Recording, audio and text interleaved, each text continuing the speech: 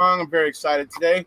I got my, Denise Rainey tie on here today, folks, obviously. And, we all care very deeply about Denise Rainey, so I just wanted to go ahead and mention that she passed recently. She was a big member of our community, just so you know, Jason. That's why I was bringing up that I was wearing the tie. So and we're here today with Jason Strong, and what we're going to be talking about today is we're going to be talking about, in a large part, how and why innocent people confess under the pressures of a police interrogation. We're going to be talking about some of the aspects of Jason's case, which parallel some of the things we've been learning about in the innocence files with, less than honorable medical examiners and that sort of thing. So we're going to be talking about some aspects of wrongful convictions here today. It's very great to have you here. How you doing there, Jason? I'm good. Thank you. Thank you for having me on. Yeah, absolutely. It's my pleasure. So obviously, I've spoken to Amanda Knox before. I've spoken to Ricky Kidd, and I mean, those two were both phenomenal. And the two of them both said something while they were on the show that I thought was interesting. And it pertained to back before the whole wrongful conviction situation happened to them and what they thought about wrongful convictions. And I wanted to kind of get your take on this as well. Prior to you being wrongfully convicted, what were your thoughts about wrongful convictions? How aware were you that they were out there on, or potential? That's actually a great question. I feel like nobody really ever asks that, really. Yeah, I never thought about it. I never even realized it happened or that it was a reality. You basically think that the judicial system works the way it's supposed to. Right. And it doesn't dawn on you until you're wrapped up in it that, wow, this is really messed up. So I never thought about it. In fact, when I lived in Texas many years ago, prior to all this, I actually drove by a prison numerous times. Yeah. And never thought twice about, I wonder if any innocent people are in there, because I never realized that was a problem. Right. And I understand what you mean too, because I realized that before I got into what I'm doing now, prior to that, I wanted to believe that the officials that were there to take care of these things were doing their job honorably. And I don't know if it's I really believed that, or if I just didn't want to believe they weren't honorable. And it's like funny. It's like, I think it might've been a mixture, but once I started becoming aware of how these things happen, and I've now gotten into what I do now, it's scary. I mean, one of the things you want to be very careful of, obviously, as you know, folks, is talking to the police. Now, don't get me wrong, folks. I am not an anti-cop person. I actually think most cops are really good guys that just want to do their job and keep the community safe and come home to their families at the end of the night.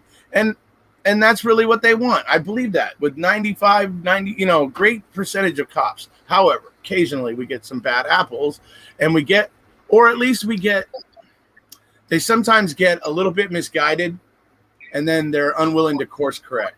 It becomes a matter of pride for them. I think it becomes, where they just don't want to admit that they were wrong. And so they will back something to the hilt, even though they have questions in it themselves. And I think that's how wrongful convictions happen most of the time, is just overzealous investigators who are unwilling to admit they may have gotten it wrong. And I think your case is a really brilliant example of that, by the way. So if you don't mind, I mean, I know it's terrible to kind of ask you to go through this terrible time of your life and some of the gruesome aspects of it again, but I would like if you could tell a little bit to your story to everybody, so it could be a bit of a shining light and a beacon for them to understand how this happened. Sure. But I'd like to touch on a little bit of what you said, though, there, too. Sure. As far as self-justification, it's human nature not to want to admit that we're wrong, only because it causes cognitive dissonance in our brains. We don't like that. Right. We don't think, hey, I don't like this, but it's the way our brain functions. Right. That it causes an irritation or something that makes us feel uncomfortable. So we find ways to justify our own actions, right, rather than say, shit, I was wrong. Right. But sometimes if we just, have that courage to say, hey, I made a mistake, things can turn out so much better, not just for you, but for all the other people as well, especially when you're talking wrongful convictions. Yeah. If a prosecutor or a police officer or whoever does something wrong and they come out in the beginning and say, hey, we made a mistake, right, that can change the shape of that whole scenario. That can change the shape of the person's life that's being charged with a crime, their family, society, because taxpayer dollars are being spent on endlessly fighting these cases. The real perpetrator can be pursued. There's a lot of areas, and it gives people a sense of trust with prosecutors and cops if they admit when they make mistakes. Right. And I'm with you. I don't think right. Right. Well, I don't think that all cops and prosecutors are bad. Right. I think there's, a lot of great ones out there. I've met a lot of them. But if we got more of them to admit when they make mistakes, imagine what that would do to people's trust in them. Right. Especially right now with what's going on. Just in the sense of if we spent less money chasing or holding on to wrongful convictions and all taxpayer money that gets spent just chasing after keeping a wrongful conviction, convicted, Right. Well, yeah, rather than say, new evidence came out that we were wrong, we're going to keep fighting this. Right. Exactly. I know cases where they tried to get the same guy 3 times before DNA came out and said he didn't do it. And it's like, why would you just keep going and going and going, but there's often indicators there that they've gotten it wrong too, and they just ignore it. So it's a troubling aspect. But as far as what happened to me, it was in December of '99. Actually, I think December 9th, the Lake County Police Department Lake County Major Crimes Task Force got involved in a case where they found an unidentified woman's body in a forest preserve in North Chicago, which is just south of Waukegan. It's technically Lake County, but they call it North Chicago. But they found an unidentified woman's body and started an investigation. And around the 20th of December, about 11 o'clock at night, I was hanging out with my girlfriend and one of her friends, smoking a little weed, having some drinks, and I get a knock at the door. And I go to answer the door thinking it's one of my buddies, and it's a bunch of cops with guns shoved in my face, pushing me into my room. They throw me down, handcuff me. I'm like, what the fuck is going on? Confused, scared. My girlfriend's screaming and crying, and my nightmare begins. They take me to the police station, and they start the interrogation. And one thing I always get is, I would never confess to anything that I didn't do. And I get that. Most people think that. I thought that. When you're in your strongest mind, you do think that, right? Right. I mean, you would never just willingly say, hey, help, I did it, when you didn't. Right. But it's not a willing gesture at the end of the day. It's you get to a point where you're so broken emotionally and mentally that you just give in to whatever it is they want to make it stop. And you're not a soldier, you're not a CIA agent, you're not somebody that's trained to handle endless hours of interrogation tactics. Right. You're just a regular person in society. We may watch all these movies and think, I would never do that shit, but that's not how it works. Right. And they don't let you just get up and leave. You're there. You have to talk to them. Yeah. And as an innocent person, your first thought is, well, I didn't do anything wrong, so I want to cooperate with the cops. I want to let's resolve this, right? Right. And that's the worst thing you can do. Right. So the moment you are in police custody, shut up. Only thing you should ever say is, I want my attorney. Right. And that's all you ever say. Even if they say, we're not going to give you one, don't say anything else. Right. And that reminds me of a video I watched the other night, since you touched on that subject. I mean, folks, he's absolutely right. I put up a video the other night with a defense attorney telling you, he's like, oh, you want to talk to the police? You didn't do anything wrong. And so you think, I'll just go talk to the police. There's no problem. We'll clear this up. He talks about, if you do, number one, here's the number one reason why you shouldn't do it. Even if you think that it can only help you. Number one reason why you think anything you say to the police can help you in court, it can't. Nope, never. Anything you say to the police that would help you that would be maybe hopefully help your side of the story, or confirm or at least prove consistency in the story that you've been telling, or anything of that nature. If you think anything from that interrogation can help you in court, you're wrong, because it can't. What's going to happen is your lawyer is going to try to question the investigators about things you said in the interview. When your lawyer does that, the prosecution is going to object and say hearsay, and the judge is going to say sustained, and that's it. Whatever you said in the interrogation ain't coming in. So that's what happens unless you give up your Fifth Amendment rights to get on the stand. That's the way it works. So don't talk to the police. Go ahead. Sorry, Jason. Well, and you're not always in a position where you can take the stand either, which we can get to that in a minute. Yeah, sure. But the thing is, this is why we need all interrogations on every level recorded. Yeah. So that even if you do say something that potentially could help you, it doesn't get lost in the paperwork of, oh, we misplaced the file, or we didn't have notes on that. Right. Because they do that shit. Yes. But basically, the whole interrogation tactic is, you got to think about it the way the cops look at it. The moment you're in that room, you're guilty. They want you. You're their suspect.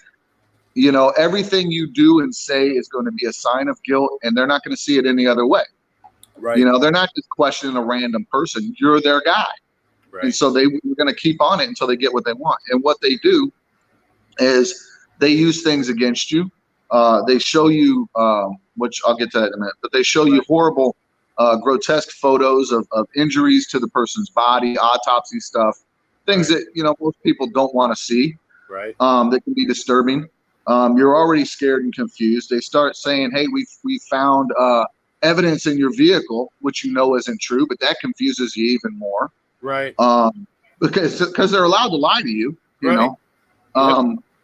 And which I could go on and on about that, but I'm not going to. But then they tell you that they've got other people making statements against you that you did it. That confuses you and scares you more. When you get angry because they're not listening to you, they tell you that's proof of your guilt, that's showing your violent nature.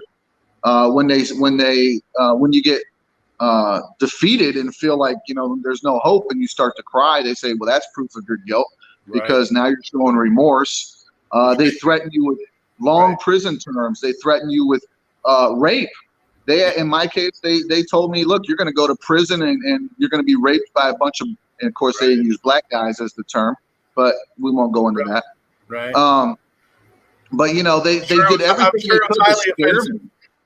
Absolutely, yeah, very much so. Words I don't use. Right. So they would go on about stuff like that, or they would. They also threatened my girlfriend because they realized how important she was to me. I kept asking, "How was she? Where is she? I want to see her," because she was brought in at the same time. Right. And so they said, "Well, we think she's involved. We're going to charge her." And now just all these things got to a point where finally I'm like, I can't handle this, and I broke. And this was over the course of many hours throughout the night. I'm going off very little sleep. I'm exhausted. I don't know what's going on. And then they start telling you stuff like, hey, it's okay, buddy. We understand how this can happen. If you just cooperate, we'll stand with you in there to get you bond so you can go home. And,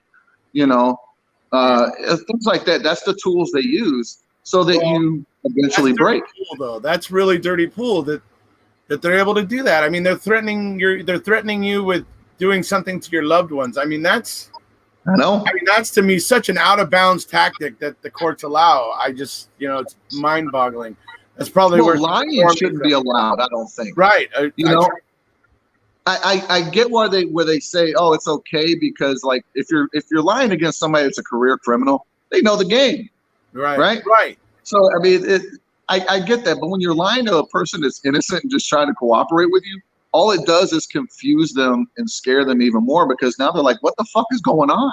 Right. And if they don't know all these rights and laws about, oh, you can lie to a person, you can do this, you can do that. I didn't know anything about the law. And I know ignorance is no excuse, they say, but come on, let's face it. Most people in general society are ignorant of the law. Right. Nobody goes to law school for fun.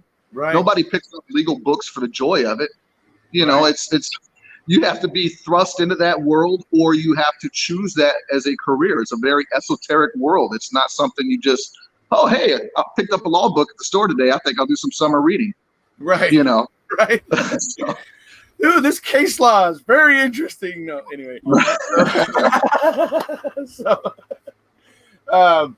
Yeah, that's totally that's despicable though, the way that they're the way they're able to do those things, lie and that way. I mean, it's to me it's like they're extorting you by doing that, using your girlfriend that way. I mean, it's just like so despicable that that the courts are allowing investigators to do that. They do that all the time. Look at the way I just want to throw in there.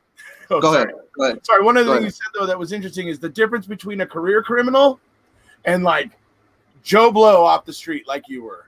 It's like these are two different people, and investigators have keen enough minds that they should be able to see the difference between these two people. So that's another aspect that I wanted to touch on that I think you were right on about. So absolutely. I mean, I had my interactions with cops when I was younger were just for minor misdemeanor bullshit. You know, I never had any real trouble.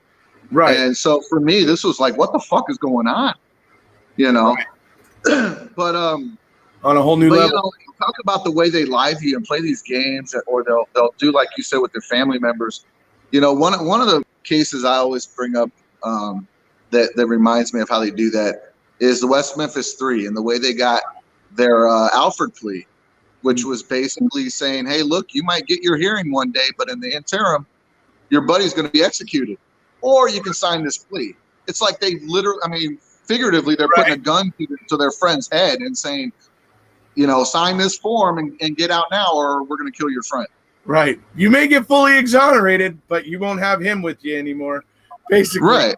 So, and I mean, that's just some shitty stuff to do to a person, These are, it's ridiculous choices that they make people make. The courts are there to promote justice, but they're missing in some areas, I gotta say. Yeah. Well, and the other thing they do in the interrogation is, when you first say that you're willing to cooperate, they'll have you sign this form and says you'll talk to them. Right. And if again, I'll never be signing that form, by the way, folks. Ever in my life will I ever be signing that form. No, I will never do that again either. Right. But when you sign, again, you think, hey, I'm just trying to do what's right because I didn't do anything wrong. Right. Totally. So you're wanting to cooperate, and you don't, when you sign it, you think everything's normal, right? But then an hour later, when everything's falling to shit and they're yelling at you and threatening you and you're freaking out, and you realize they're not your friends. Right. And that's when you say, hey, I want an attorney. And then they come back with, well, you can't have one. You can't afford one.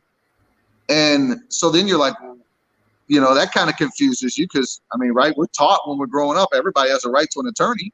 Right. Right.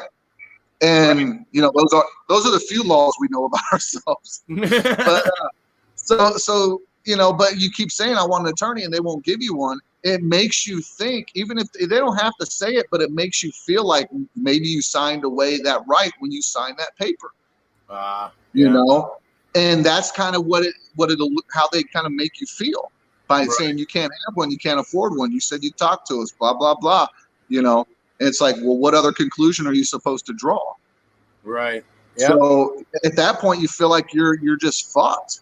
Yeah. They won't give you an attorney. They're throwing all this stuff at you. You're not being able to leave. Right. What other choice do you got?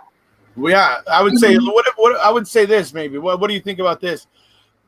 You gotta, in this situation, everything is tipped in the detective's favor. Oh, absolutely. Literally, the only chance you have at keeping the tables anywhere near level is to not sign that paper and to say, I want a lawyer. And don't sign the paper, I want a lawyer. Those are the two things that are going to help you level that playing field. And really the only two things. Would you say that's a fair statement? Absolutely. Yeah. And recordings in the interview from the moment you're in there. So that they can have recording proof of you constantly saying, I just want my attorney. I would also agree with that. I think that's something that's going to come into play a lot, in the future. Yeah.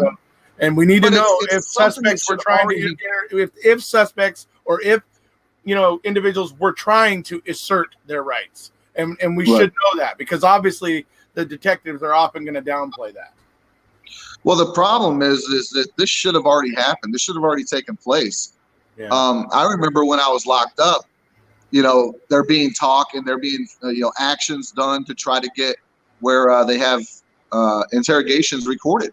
Right. And you're still, all these years later, we're still struggling to get that implemented everywhere. And it's like, why? This should be an easy thing. And I know the cops are like, oh, well, we can't have people seeing this and that to protect ourselves. And well, look, if you're being on the up and up, what the hell do you got to worry about?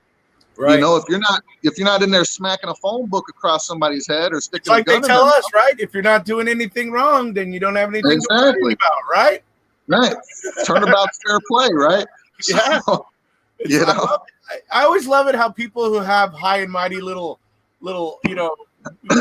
phrases like that or whatever, who don't like it when the tables turn. I always find that, I find that hilarious. So, but anyway, so all right, so yeah, that's what goes wrong with interrogations, folks. Exercise your rights. I mean, it's a situation that's rigged completely in their favor.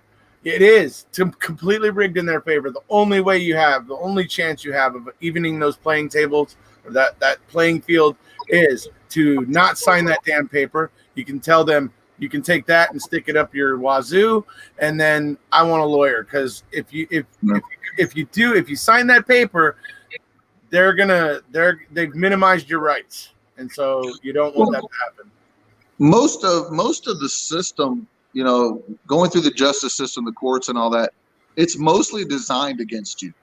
They say your original trial, you're innocent until proven guilty. That's a bunch of crap. The moment you're in that fucking chair, jurors are looking at you like you did something wrong, or otherwise you wouldn't be there. Why? Because they watch Law and Order and they get their fucking idea of the justice system from that shit. Right.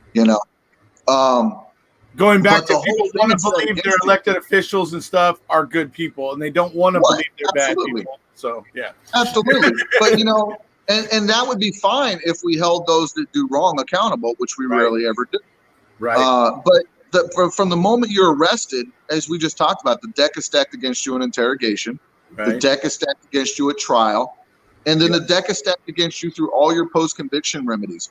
It literally says, at least in Illinois law books, I don't know about everywhere, but it literally says that all evidence, this is when you're doing post-conviction stuff, all evidence is weighed in a light most favorable to the prosecution, because the burden is now on you. You've been convicted by a jury of your peers, right? So now the burden is on you to prove that was wrong. The illusion there is that there wasn't a favorable view of the prosecution to begin with, I would say, right? It's literally nothing changed. It's just the same old thing as prior to the conviction, I would say. Well, they're just basically saying, well, a jury agreed, so therefore now all the burden is going to be 100% legally. We're going to even state it that it's on you, when it was always on you. Your job from the very get-go is to prove you didn't do anything wrong, and it's not supposed to be that. But I think we set it up that way in our courtrooms. The way that prosecutors carry themselves in a courtroom matters. And if a prosecutor is allowed to go into a courtroom and tell a jury, this guy did it, this guy did this, and make it as bloody as possible and horrible as possible, and say, we need swift justice because this man is an animal, he's stating that as if it's a fact, not his opinion. Right. And so when you do that, you're basically telling the jury, this is it. This is the guy. But if it's supposed to be an open and fair thing and they have to prove that burden, then they should be able to go in there and say, ladies and gentlemen of the jury, we believe that this is the person that committed this crime, and we believe that we will show you the sufficient evidence to prove that, but it's up to you to decide whether or not he actually did it. Right. That's how they should do it, but they don't do it that way. Right. That's true. And they do all kinds of theatrics. I can say in Stephen's 1985 case, they claimed he had raped Penny Bernson. And in court, the prosecutor, had Penny Bernson and her husband actually like play act the attack itself out in the courtroom and before the jury. I mean, so prejudicial. I mean, so prejudicial. And I mean, eventually Stephen was exonerated by DNA in that case. So it just shows that some of the tactics we allow these prosecutors to get away with are problematic, and we need to start, absolutely. I think we need to start becoming more sober-minded about how we prosecute things. Well, and we also got to look at different ways to explain the same stuff. So often in life, whether it's in law or anything, we come across understandings that there's multiple paths to the same point, right? Same thing in court. If, for example, in my case, I raised a lot of prejudicial evidence in my post-conviction pleadings. Mm-hmm. And one of them was about photographs. They say, oh, we need to show these photographs so that people can see where these wounds were and this and that. Well, why can't you just show a diagram, if you will, that locates on there where injuries were? You don't have to show the jury a horrific, bloody, disturbing photo that makes them feel angry or emotional in some way to where they want to make sure they convict somebody. Right. Just give them the facts. You don't have to sway them emotionally. It shouldn't be about that. Right. That's, I think, find different ways to make that point. That's the one thing. Emotional is what judges really need to really be, I think, mindful of in these cases, because that's where it goes wrong, in my opinion. I'm currently studying the Daniel Holtzclaw case, and I'm just amazed at all of the prejudice that's flying around in that case. It's such a mess with numerous types of prejudice too, not just like racial. It's such a mess. And I'm hoping we evolve soon and become better, but honestly, I think we do in small measures. Right. Look, I'm not trying to make it sound like I'm a downer on humanity, but at the end of the day, there's times when I look at people and I feel like we are no different than our barbaric ancestors. We just wear nicer clothing and have nicer transportation. Right. That's it. That's the only difference. We're still bloodthirsty. Yeah. We're still vindictive. We're still, greedy, evil people.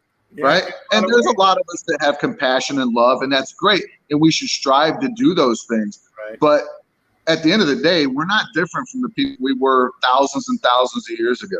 Yeah. We have the capacity to be jerks. We still have we just say it differently and, express it in different ways. Right. But we do make improvements in some areas, and I think that's a good thing. Yep. So we try. And we have the capability to make the choice to give of ourselves without any real promise of return, just to make this fabric of our society better. And the more of us that choose to do that, the better off we're probably going to be. Absolutely. The more informed. Well, yeah, I try to be a very charitable person in my own way, and I try to help others because I feel like you're right. As individuals, we need to try to be kind and compassionate and understanding, and to work with people and try to make the world a better place. Yep. Even if it's just a small way, it helps. Now, is the world ever going to be perfect? No. And anybody that thinks the world can be perfect is fooling themselves. Right. Because the world is broken into 7+ billion pieces called people. Yeah. And all those people have their own thoughts on shit. Right. So, and you can't make them all agree to the same stuff. It's just not going to happen. Right. Sad reality. But we try to do what we can. Right. But we digress. That's what the principle of liberty is all about, is giving everybody their own pursuit to happiness, right? So absolutely. Another thing, though, I think that we need to do is improve our public defender offices. Yeah. I think public defenders are overburdened with just tons of cases that they don't have the time nor the money to fight. And I think periodically we need to remind public defenders why they took the job they took, because I think they get jaded. Think about it. If you're a person that every single day you're reading hundreds of case files and all those people tell you they're innocent, but 99% of them aren't. Right. you're going to be like, oh, okay, yeah, sure, I heard that before. So I think you need to remind them so they don't get jaded. Yeah. You know, I mean, because in my case, I had 2 public defenders that basically did the state's job for them. Right. They went in there, told the jury my confession was true, but it wasn't me; it was my co-defendant. They said that was the easiest route for them. You know, they didn't have another option, and blah blah blah. And I mean, I didn't know what I could do at the time. It's not like I could stay up and be like, "This is an outrage. I want another attorney." I didn't have any money, you know. Right. So what was I going to do? Yeah. And that essentially ruined my case because they're saying I'm basically guilty. And then on top of that, I couldn't testify on my own behalf because by the time that option came around and the judge asked me if I was wanting to testify, how could I?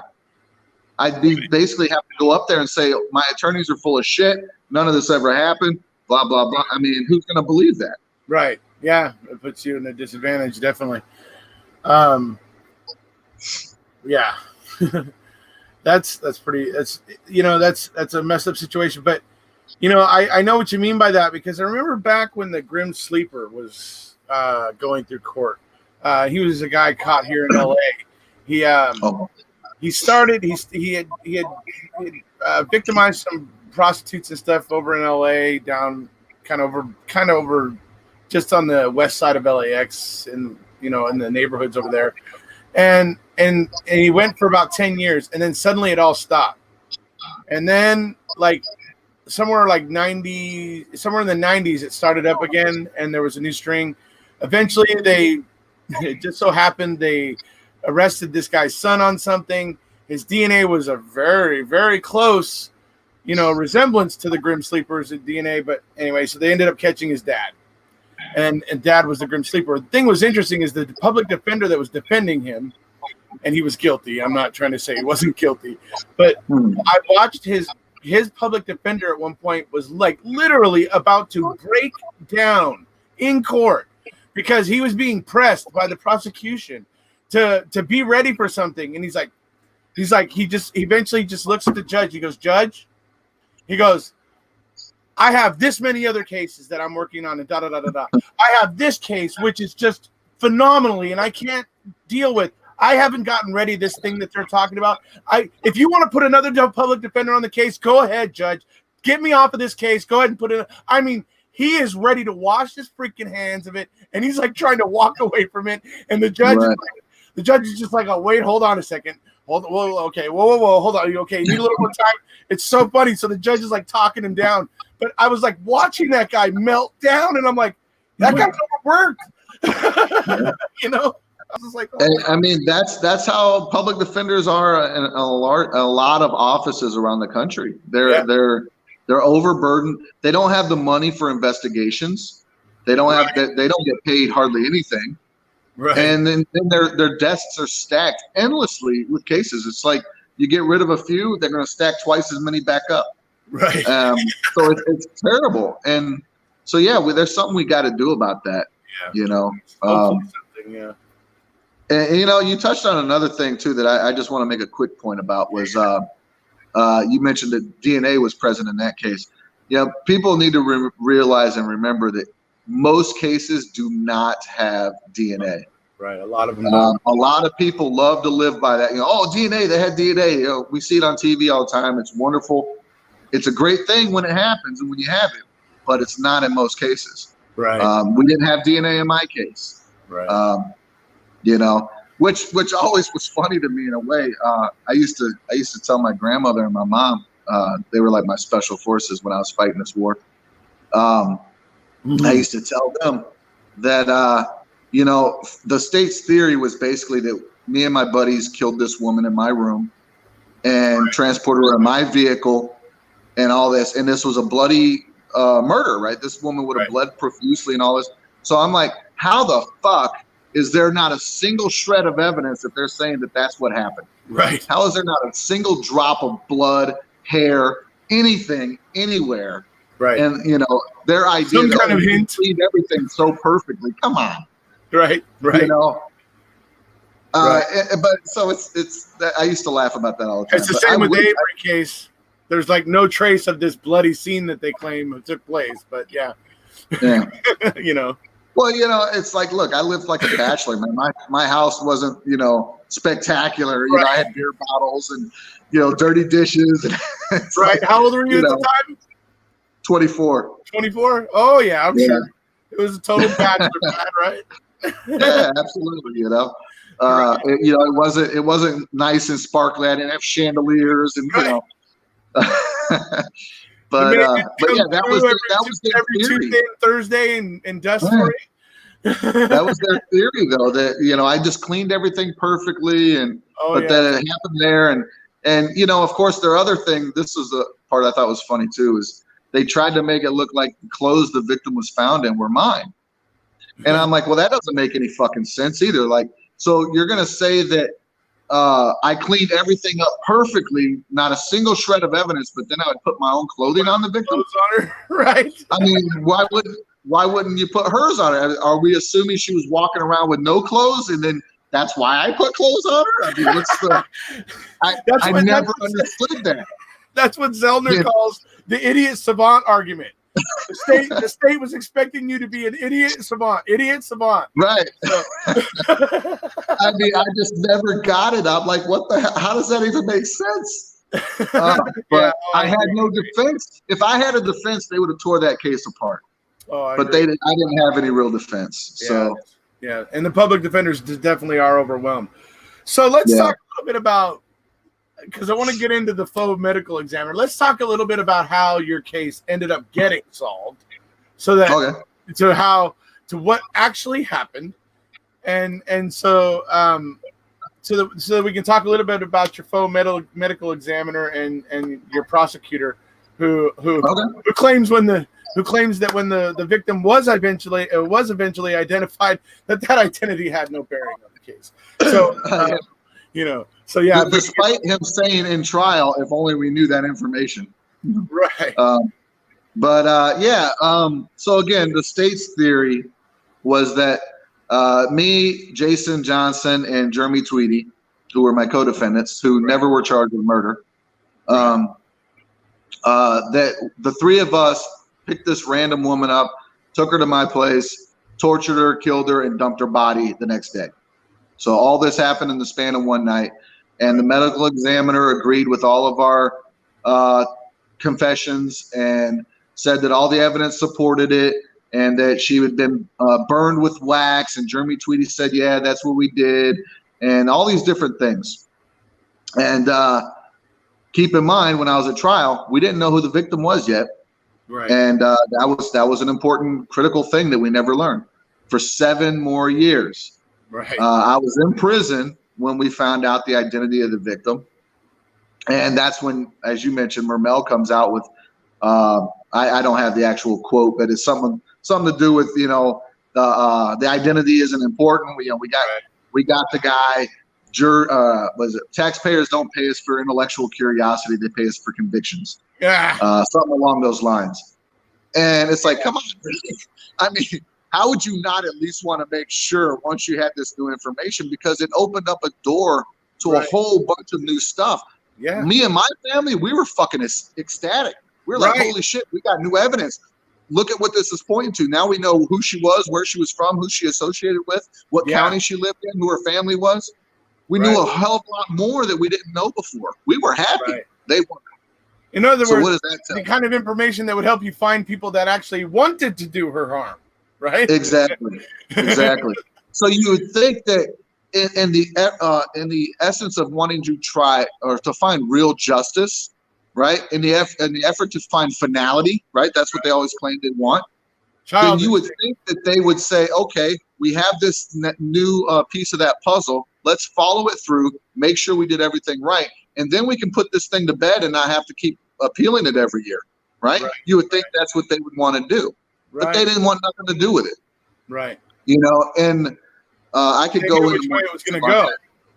Yeah, well, I could go into more detail on like the county she was from, the missing persons report, the officer there that went up to try to talk to Lake County. They didn't want nothing to do with it. I could go on and on about those things. We could talk for the next 5 hours. Yeah. But moving forward, bring you back, and we can talk about the legal struggles too. So I mean, we can do that. Yeah. But think as what's far as important the is to talk about continuation, the injuries and the medical examiner, I think, because right, that's where I was going. Right. Okay. So I was going to say to follow our initial thread, we had that theory. Now we discovered the body, or the state had that theory. Now we discovered the victim's identity. Right. And we're moving forward past that. I filed in the federal court for a federal habeas corpus petition. I was filing pro se. Had a procedural issue. I ended up getting Northwestern on my case at that same time, and that's a whole nother story. But anyway, Right. Northwestern came in.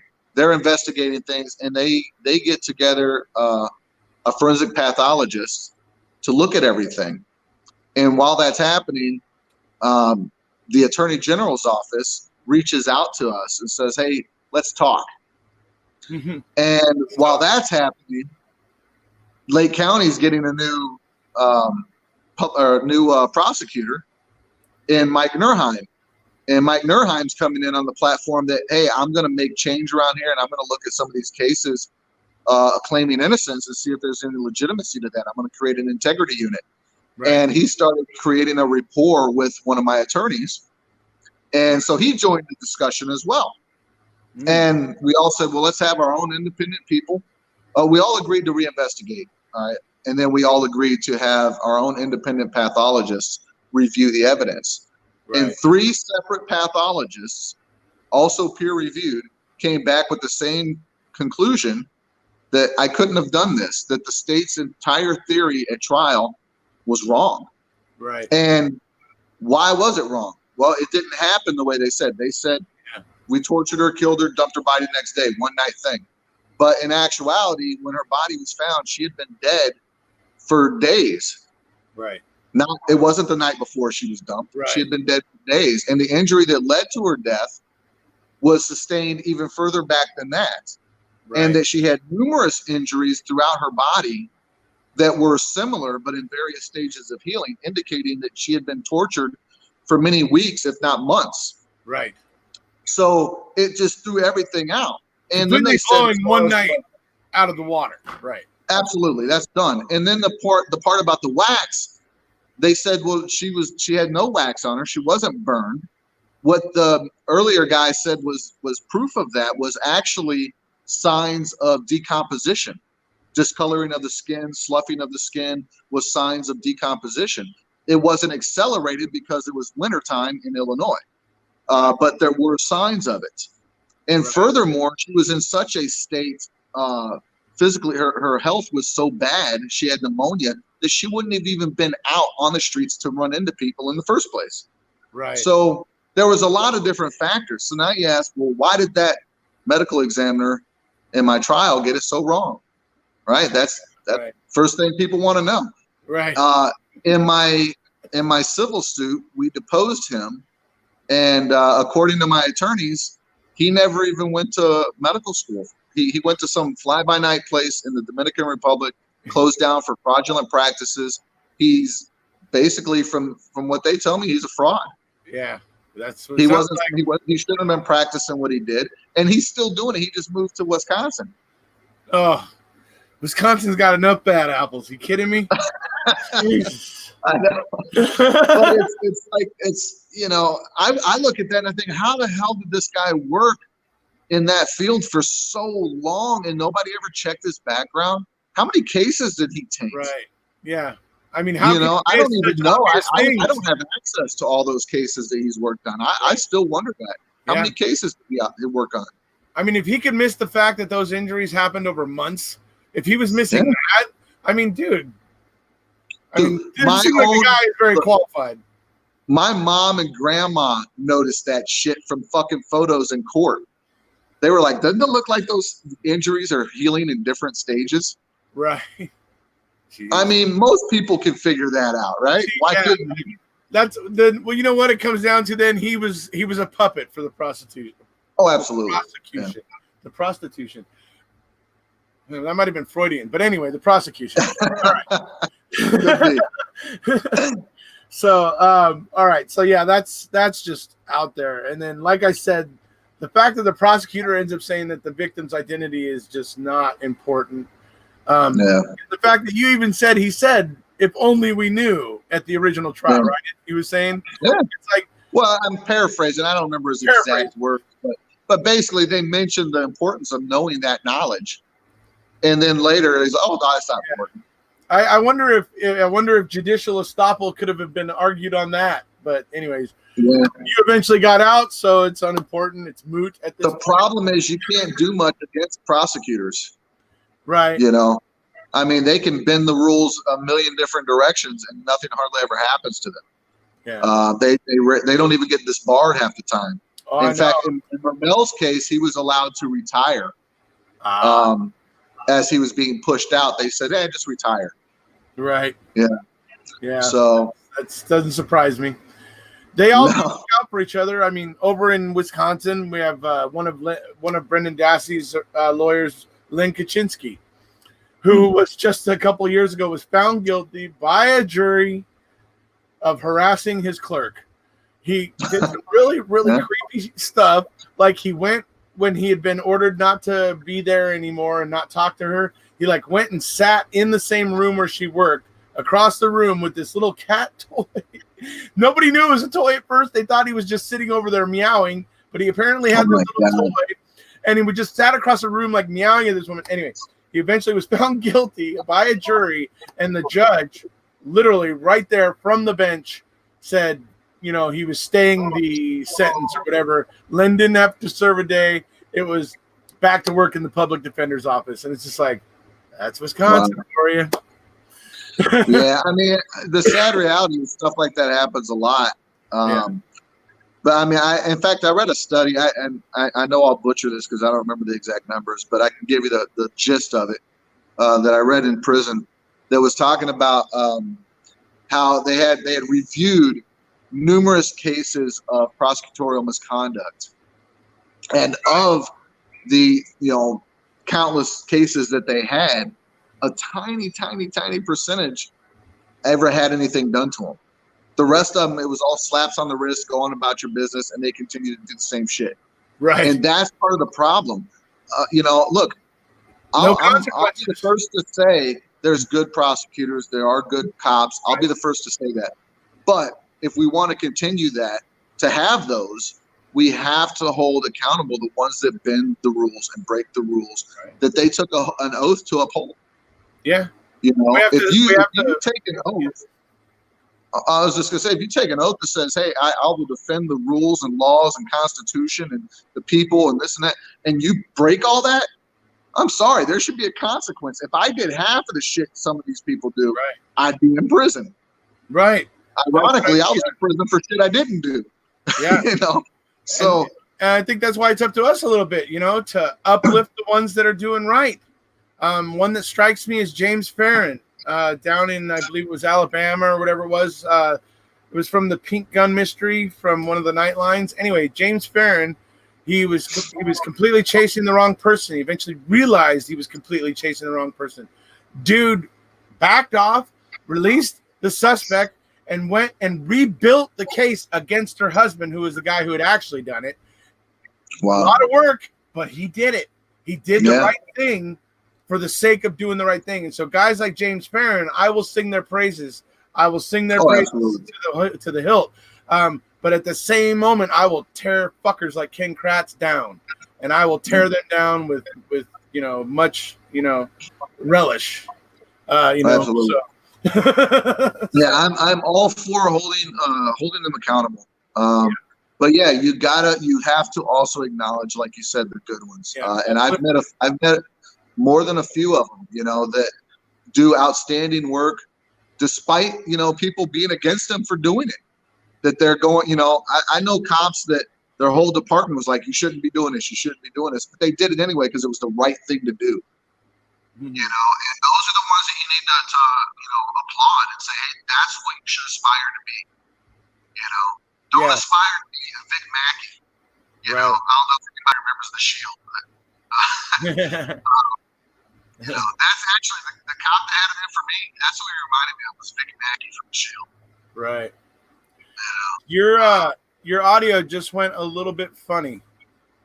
I don't know why. Is it still bad? Yeah, I was gonna ask if you could quickly just leave. If you leave the call and come back, it'll probably correct it. Okay. I'd rather than continue like that. I figured we'd try that. All right, hold on. I'll do it real quick. All right.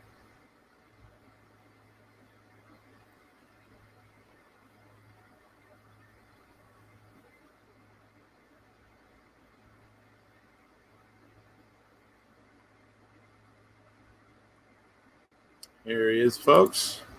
All right. Can you hear me now? All right, there we go. Perfect. Corrected it. Just like I should have.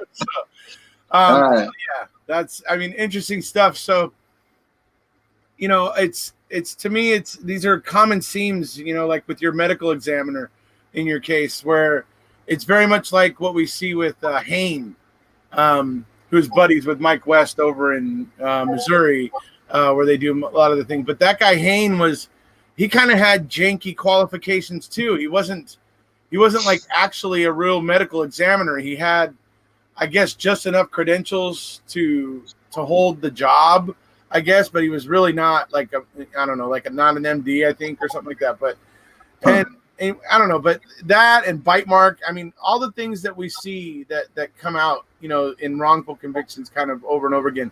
In your case, the fact that the injuries were, the prosecution just glossed over that those injuries were clearly, and I'm sure even Dingus that went into the Dominican Republic saw that those injuries were probably not all from one night, but they just plow forward anyway. You know what I mean?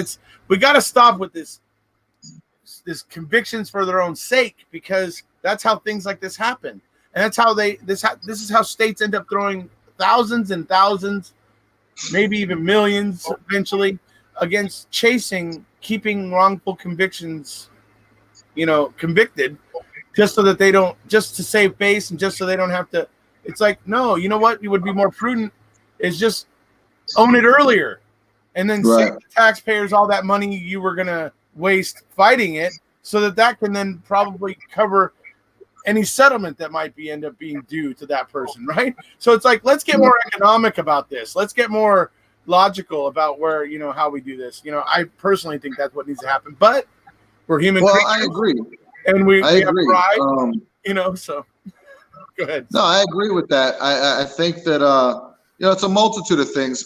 You got the cognitive dissonance thing I talked about earlier, but also you have people that are rogue justice people.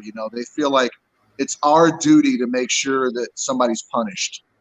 And so you get people that go on jurors, you get people that work in medical fields that deliberately will go a certain way just to make a conviction, because they feel like, it's their duty to do this, and we got to change that mentality. But the other thing we got to remember is that not all wrongful convictions are deliberate railroads. Sometimes people will just make mistakes. Sometimes, yes. But the key to that, though, is when you realize you made that mistake, acknowledge it.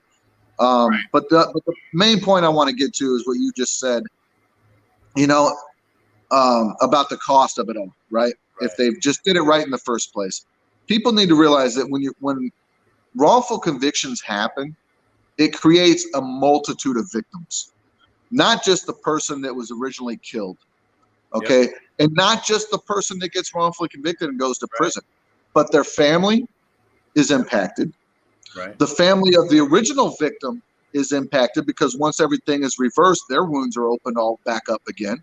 Yep. Because they never got real justice. And in my case, they never will, because the cops are never going to pursue the real perpetrator. Right. And taxpayers are hurt, because the real perpetrator is free to go on to hurt other people. They have to foot the bill for the endless appeals, the civil suits, and everything else. Right. So this goes on as a ripple effect. It's the proverbial chaos theory. The butterfly flaps its wings, you got a tsunami. Right. It has this ripple effect that impacts people on a wide margin, and people don't realize that. Yeah. And so, that's something that we need to think about, and prosecutors need to think about. Yeah. Because, absolutely. I mean, I think it's all about getting in front of that getting in front of that cost. Because, well, like I said, I think pride is our big issue. You know what I mean? We humans are prideful, and so we don't want to admit we're wrong.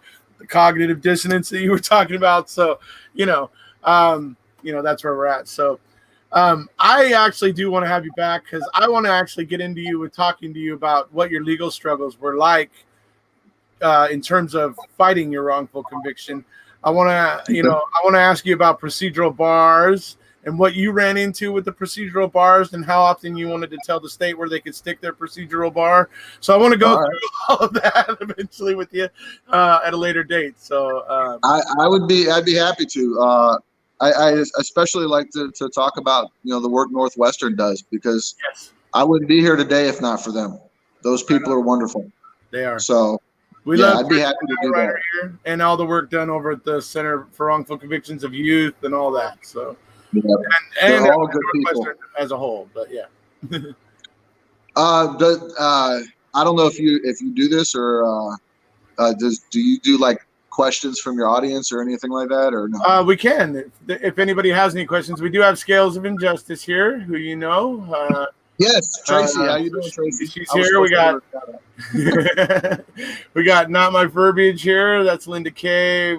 So anybody have any questions you want to ask Jason before we wrap up here about anything maybe in particular about his case? There's only one topic that's off limits. We will not be talking anything about settlements or anything like that, but anything case related, fact related, whatever, you can ask. Also, and if people want to follow me, I'm on Twitter. I'm Jason Strong 01. And that's all down in the description below. Oh, okay. And then Instagram is Jason Strong 1. I couldn't get the same one on both. Yeah. So Instagram is where I started. I had Jason Strong 1. I spend more time on that, but I couldn't get Jason Strong 1 on Twitter, so I went with 01. But yeah, so if anybody wants to follow, they can. Yeah, let me see. I'm trying to find. Okay, how does a person become better instead of bitter, experiencing injustice that the supposed justice system does not uphold? So I guess she's saying, how do you cope with it? Yeah, that's a good question. It's not easy. It's one of those kind of things too, where you don't have a choice in the matter. You have to face it. And prison gives you options. You can go in and be a part of the gangs and violence and gambling and drugs and other problems, or you can improve yourself. And early on, I realized that I was fighting a war, and I determined that at first it was just a fuck you attitude, right? I'm like, look, I didn't do this. Screw you guys for doing this to me. I'm fighting you. That's what got me through it first. But I had this mentality that I was fighting a war, and I told myself, while I'm fighting to prove my innocence, I'm also going to work to strengthen and improve myself physically, mentally, and emotionally. Right. And I did so. I worked out. Granted, I got out and put on a lot of weight because it's all the good food that I missed. Right. But I worked out and I read a lot of books. You don't see in prison? Anyway, yeah. Exactly. I read a lot of books, studied a lot of different subjects. I did a lot of soul searching and interviewing my own self in a way to try to understand my problems and issues and how I can improve myself, so that when I did get home, I could be a better version of myself. And that's what I did. And it's not to say that I didn't associate with other people in prison. I mean, I did. I just chose to find the people that were choosing a better path. Right. I gambled a little bit in there. You're not supposed to, but I did. Who cares? But I mean, I tried to make my journey a positive one as much as I could. Sure. Because, like I said, I could have easily gotten in trouble. I could have easily joined gangs. I could have easily done a lot of dumb things, and then I might never have gotten out. Right. And I know Ricky Kidd kind of tells a little bit similar story, except he talks about how he spent a lot of time angry. He says the first 7 or 8 years he was just angry, and so it took that time for him to get over the bitter into the better. But then he wanted to associate with people that were like-minded to him. That he, like his friend Julius Jones, who is getting talked about quite a bit now. And anyways, he aligned with that. He aligned with those type of people, right? So, Yeah. Everybody, please go support Julius Jones. He's on death row, wrongful conviction. This is why we shouldn't have the death penalty. Innocent men being executed. But yeah, I was very angry at first too, and a lot of what I did was I channeled that into the way I fought. I fought my case like a war. I read The Art of War by Sun Tzu. I read Winston Churchill, and a lot of other people, and I just looked at it as a war the whole time. Yeah. But I also had to have hope. Otherwise, anger wasn't going to be enough. Right. You had to have hope. So there's some balance, right? Yeah, because anger can eat as you. Andy Dufresne said, let's end with Shawshank Redemption, right? As Andy Dufresne said, hope is a good thing, perhaps the best of things. Absolutely. EJG wants to know, was the real killer ever found? So we have 3 suspects that we believe did this. Yeah. One is in a mental institution. We can discuss this next time too. Sure. One is in a mental institution, completely gone. The other one died, and the third one is a career criminal that she'll never get caught. Because it was a mother-daughter drifter team, and this crazy guy that they hooked up with. And so all she would have to do basically is say, oh, it was these other 2. I had nothing to do with it. Who's going to prove her wrong? But the cops aren't going to pursue that because they don't want to admit that they were wrong in the first case. So the chances of real justice ever happening for that family and the victim, sadly, it won't happen. Yep. Okay, one last question from Scales of Injustice, and I was going to ask this anyway because something we're planning here in the future, but what are you working on for the future?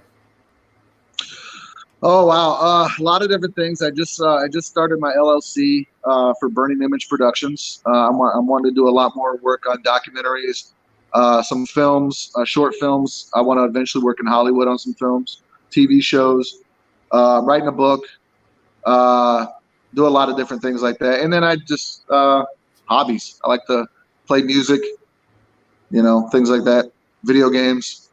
And then you guys are planning a little event for Wrongful Conviction Day, right?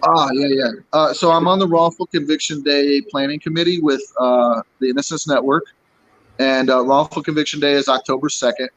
And we're doing a lot of different things, but one thing that we're going to do this year, I brought to them because of you guys, Tracy, the MAM thing was we're going to do a 24-hour live stream on a variety of different people, different innocence projects will have their own little segments, so that we can help raise awareness about wrongful convictions.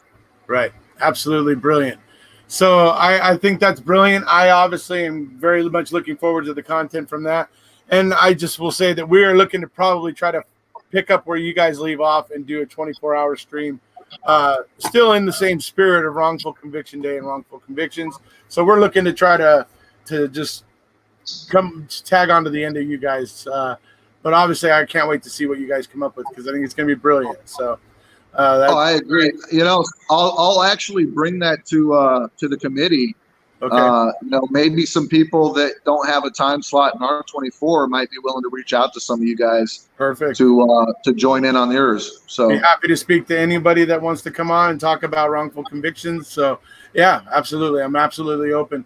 Do you have my email? I don't, but you can DM. Yeah. Okay, I'll send it over to you so that you can give that to them if they want to get in touch with us. So, but yeah, great, awesome. So thank you for being here today, Jason. It's been a brilliant talk. A lot of brilliant things that we've covered today, I think, and a lot of useful information for everybody. So thank you for being here. Absolutely. I appreciate you having me on. Yep, it's a pleasure to have you here, buddy. So everybody, that's it for today. My chat with Jason Strong. We'll be looking forward to having him back in a little while. We're going to talk about the legal side of what he went through. And like I said, wanting to tell the state what they can do with their procedural bar, because I seriously have a lot to say about that subject. Anyways, all right, folks. If you haven't already, please hit subscribe. We'll see you. All right. And